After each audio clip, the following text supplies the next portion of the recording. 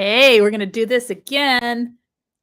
Trying again today. Okay, so we're going to talk a bit about when you feel like you just can't keep going, like everything you try is failing, like your worth is in the dirt, right?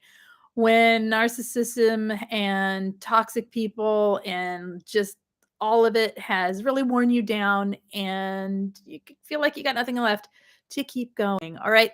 Perseverance. So, my name is Lise Colucci, and I am here to help you transform your life after narcissism and toxic people have been in it. So, let's just talk about this. We're just going to keep going. We're going to keep healing. We're going to keep striving for a healthy life, even though this is not easy, you guys.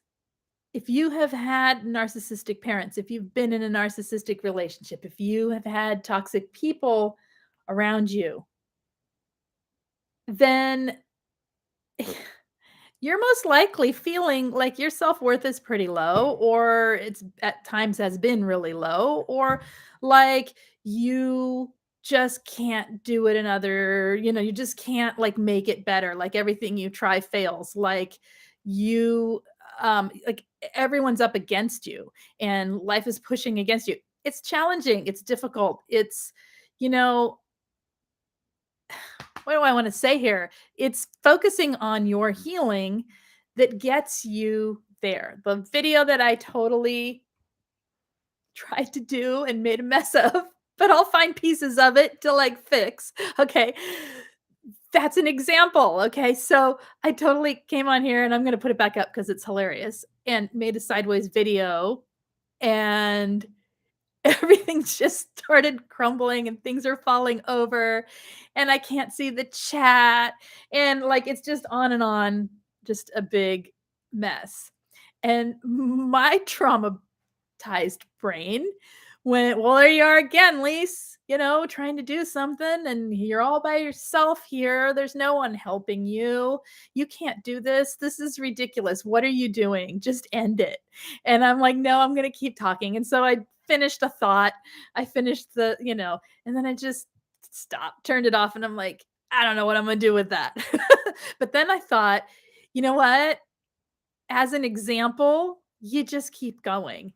You come back on here and we talk about something else. So, healing from toxic relationships is kind of like that all the time, right? Because every time we're triggered by something that doesn't go right, every time we're triggered by somebody stopping you or creating discord or dissonance or like, an againstment towards you. Every time it feels like things aren't just not going okay, it's not just the thing that's not going okay. It's the trigger of your entire life that has not gone okay. Does that make sense? It's like when we are up against things that are difficult. I mean, and my example was silly because who cares? I can just not show the video. I don't care. It's all good. But when we have had trauma and we have had emotional abuse, all of that starts to get into the forefront when we have any little thing in life knock us down, right? And so that is why what I was talking about in the other video, which is focusing on yourself versus the continual education of what is a narcissist. Um, that is why what am I trying to say? That's why it's important to focus on yourself. Okay. Clearly, I'm kind of triggered right now. All right. Every little thing. It's like, what's happening? All right. But really, when you are triggered, it's learning how to deal with those triggers. So I'm trying to figure out what it is right now that's like getting me all like stirred up. So let's play with this. Let's work it in action. Okay. Here's how I'd coach someone if they were looking as distracted and slightly disassociated as I am presenting myself right now, which is not my normal, like more contained state, right? Here's the thing. I was just out in life and it was like one thing after another. Okay. So it, it was just like, what is happening in this world, right? So yes, deep breath, a deep breath. So what I would say to someone is, are you breathing? Right? You love this. You love watching me struggle. Just kidding. um, take a breath. Here's the thing. I am so up in my head when I get triggered. I am so in my thoughts, but I'm not actually in my thoughts. Does that make sense? Like my mind is racing, but I'm not actually thinking about anything. I'm letting it run in a triggered way. And so coming back into your body is super important. So take a breath. Notice that you're sitting here. Notice that you have hands and feet and or legs or whatever you got. Notice your body parts. And then take a breath. And in that relaxation of your breath, you can send messages all over the place to your body and send messages all over the place to your awareness of self. In other words, you can calm it down and you can tell yourself, "Oh, I was triggered. Thank you, mind. I do go there. That does happen. I do get triggered. And when I am triggered, then, um, this happens.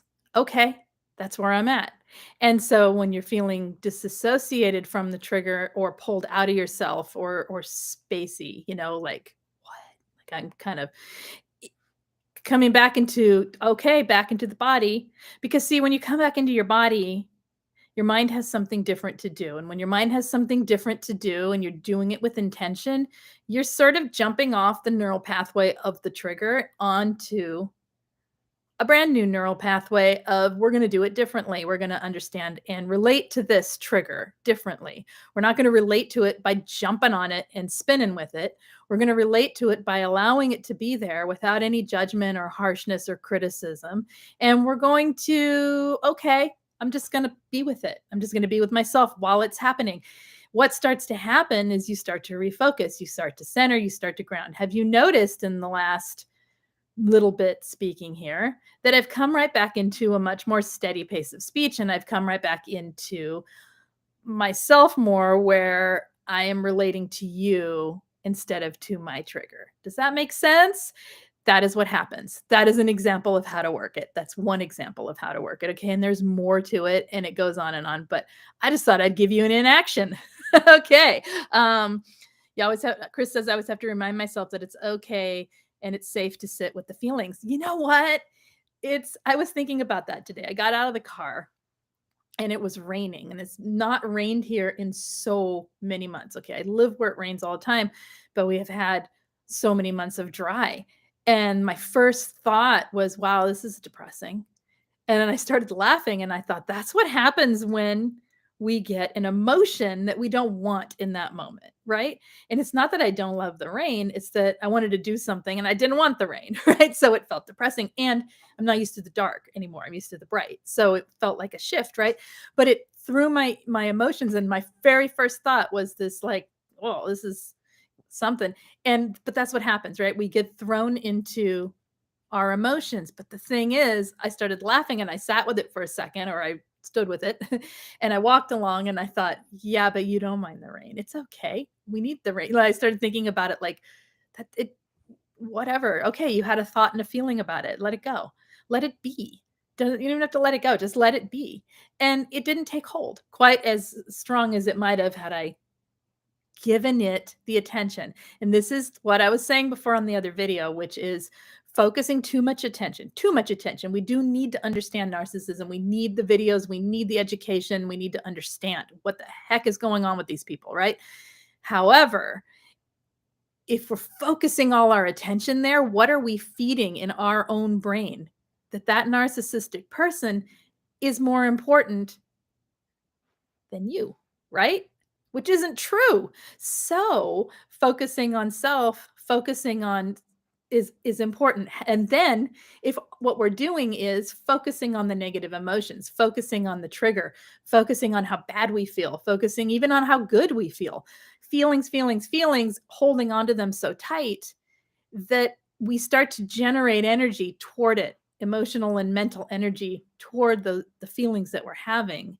And either we get so into it that we are now part of the triggered experience, or we get so afraid of losing when when it's the good thing, right? Like we get so afraid of losing the good thing that then it becomes negative. So emotions come and they go, and we need to kind of ride with it. The problem is when we have had toxic people controlling our emotions. And yes, they do control them, right? Like, yes, we know this. When we've had toxic people manipulating us, it becomes a game of safety and a game of like, what am I feeling? What's happening? Was it right? It becomes an alert system to pay attention to those emotions such a big way. Sometimes people, though, they don't notice their emotions. There's a lot of survivors who don't, are like, I don't know what I'm feeling. So many people. However, they know they feel distracted, or they experience distraction, they experience frustration, anger, panic attacks, that kind of thing. And so that's where their focus goes. Same exercise applies. Get into another part of yourself. Get into your body. You don't need to know why you're feeling panic when you're feeling panic. Just focus on one little piece that isn't having a problem. Okay. Focus on it for just 30 seconds. There it is. Okay. I noticed it. I don't know what good this does, but I'm noticing it because she said so. Right. Okay. There. I'm noticing it. What you're doing is you're telling your brain there's something else that has importance. Let's do that for a minute. And when your brain goes, oh, okay, then you can come into your awareness of self, into your breath. Okay. And into your feelings of relaxation, even if it's teeny tiny. And then you can tell yourself from that place, oh, you've been doing a lot of thinking about that. Okay, you're right. That did happen. That is in the past, or whatever it is. This is a whole long exercise, but that's the gist of it. Okay. Um, there were many times when I couldn't identify my emotions. So common, for people who have had to shut up, basically, who have been silenced and have people whose experience is the narcissistic person either being fearful of having any feelings, or being ignored for having feelings or emotions, right? Any combination of toxic abusive manipulation coming towards you, and you shut them down because you have to, or you shut them down because it's safer and easier to cope. It's the only way to cope. It's the only way to keep going in the relationship, right? Or whatever it is for you. So, takes a while to thaw out sometimes and come back into emotion. Yes, I have a video on that a couple weeks ago, I think. Let's see. Hey, Darlene and Chris and Stanley, thanks for coming back and bearing with me. And my Tanya came and left, I think. If you're still here, hi, Tanya. Yeah, okay. It's kind of all I wanted to say is the keeping on going is important. Finding ways to work the triggers, to work yourself, to have the triggers not be the center of your focus, and then focusing on your healing, whatever that means for you, and whatever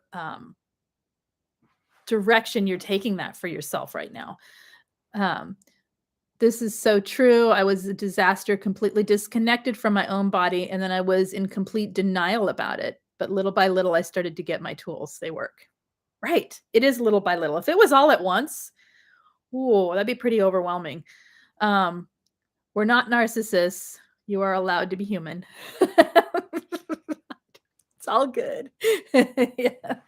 I'm actually pretty silly, so I kind of was having a little too much fun with it, and I thought, okay, I really probably should stop.